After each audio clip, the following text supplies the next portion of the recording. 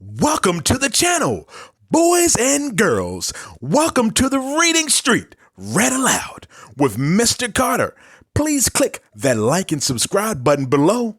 On this channel, I'll be reading great books by great authors and great illustrators to you every week. Disclaimer, I do not own the rights or content to any of these books read on this channel. It's time to have some fun. Let's get started. Welcome back to Reading Street, boys and girls. Read Aloud with Mr. Carter. And today we have another great book for you by another great author. And today's book is entitled Curlilocks and the Sleepy Giant by Yolanda King. Pictures by Fannie Liam. There once was a girl with super curly hair named Curlilocks. She lived with her family in the tallest forest near Sleepy Giant Bridge. Monday was jam day. Curlilocks and her best friend Nelson were going to Auntie Lizzie's house. The two friends had been taking music lessons from Auntie Lizzie for months. They were ready for their first jam day. Curlilocks, Nelson, and Aunt Lizzie were going to jam. They would play their instruments together. Curlilocks and Nelson had practiced for 100 consecutive days. Curlilocks played the cello. Nelson played the violin. Auntie Lizzie played lots of instruments. Curlilocks quickly put her breakfast plate away when she heard Nelson knock. She nestled her cello into her red wagon, gave Dad a kiss, and rushed out the door.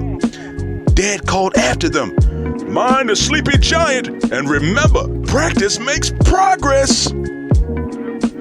The two friends strolled into the forest with their instruments. Curlilocks poured her cello in a wagon, and Nelson carried his violin. Near a redwood sapling, the friends stopped. They spied a charm of hummingbirds. The birds hovered in the air as they drank nectar from a firebush flower. Nelson wondered, how do they keep their wings up and strong? "I don't know," said Curlilocks. "I think it takes a lot of practice."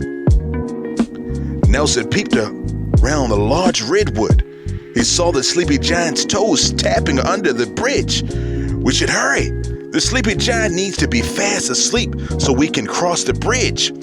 The friends walked to the foot of the bridge and read the sleepy giant's sign. "Stop right here. Make your song good. Make it your best. The sleepy giant needs his rest." "The sleepy giant is wide awake. What should we play?" Curlilocks asked Nelson. "Lullabies makes me sleepy," said Nelson. "Excellent choice," said Curlilocks. They took out their instruments and began a duet. The lullaby was soft and relaxing. The giant's feet slowly stopped tapping, and he began to snore. "My arms are exhausted," said Nelson. "Mine too," said Curlilocks. Suddenly, the sleepy giant's legs stuck straight out, and he said, "Do, re, mi, rest. I hear the sound of your progress." Curlilocks sighed. "We should start over, but my arms are still tired." Just then, two hummingbirds flew by and whispered, "Practice is the secret of keeping your wings up." "Thank you," said Curlilocks and Nelson. Curlilocks sat down to play again on a large green rock. The sleepy giant was beginning to snore when suddenly, Curlilocks fell off her seat. The almost sleeping giant sat up and said, "Do, re, mi, rest. I hear the sound of your progress." Curlilocks and Nelson looked and saw the rock was actually a giant tortoise. "I'm sorry. I thought your shell was a cozy rock," said Curlilocks. The tortoise blinked slowly and said, "It's quite okay, my dears. Keep trying. Your way is near." The tortoise continued home, and Curlilocks dusted herself off. "Let's try again," said Nelson. The two friends began to play again.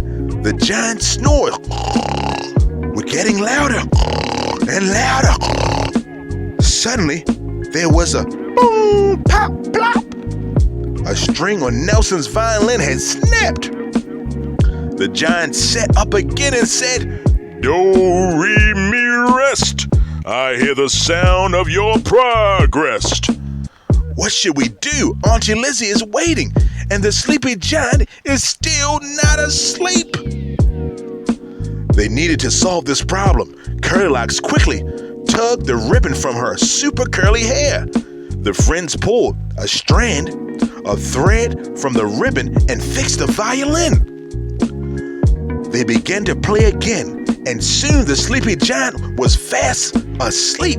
He was snoring loudly and deeply. Curlilocks and Nelson leaped across the bridge. Auntie Lizzie greeted them with peppermint tea, apple slices, and sweet potato pie. They each played their instruments and had a stupendous jam session. The end. Now that was another great story by another great author. Now there might have been some words that you might not have known or heard before and may not have known the meaning. So we have the sleepy giant wordless, consecutive, in a row, one after the other. Sapling, a young tree. Charm of hummingbirds, a group of hummingbirds. Duet, a performance by two people. Stupendous, causing amazement. Now, if you love this book and you'd like to purchase more of this great author's works, please click on the link in the description box and support this great author, Yolanda King, and her great work. And thanks for listening, and I can't wait to read to you again soon. Bye-bye.